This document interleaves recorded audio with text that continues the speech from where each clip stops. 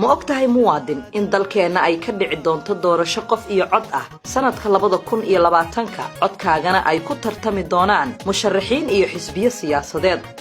doorashadaasi waxay fursad kuu siin doontaa in aad ka qayb gasho cod iyo ra'yina ku yeelato talada iyo mustaqbalka dalkaaga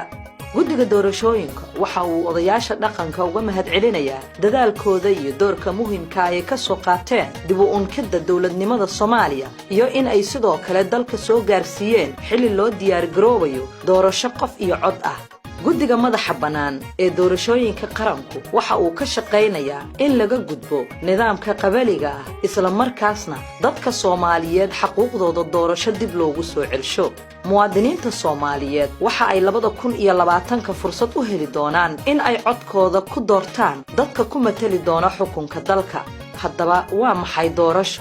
doorashadu waa nidaam ay codbixiyayaashu ku doortaan wakiiladooda iyo hogaankooda deegaan gobol iyo qaran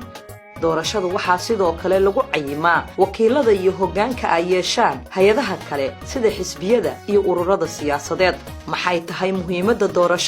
doorashadu waxa ay leedahay 5 muhiimad oo waaweyn kuwaasi oo kala ah sharciyad iyo awoodsiinta dawladda doorashadu waxa ay shacabka siisaa awood la xisaabtan doorashadu waxay u fududaysaa codeeyayaasha in ay wakiilo u doortaan dadka ay u arkaan in ay matali karaan doorashadu waxa ay fursad ay ku tartamaan siisaa muwaadiniinta mudan ee kartida hogaamineed leh doorashada waxaan uga gudbaynaa nidaamka dadban ee uu saldhigga u yahay qabiilku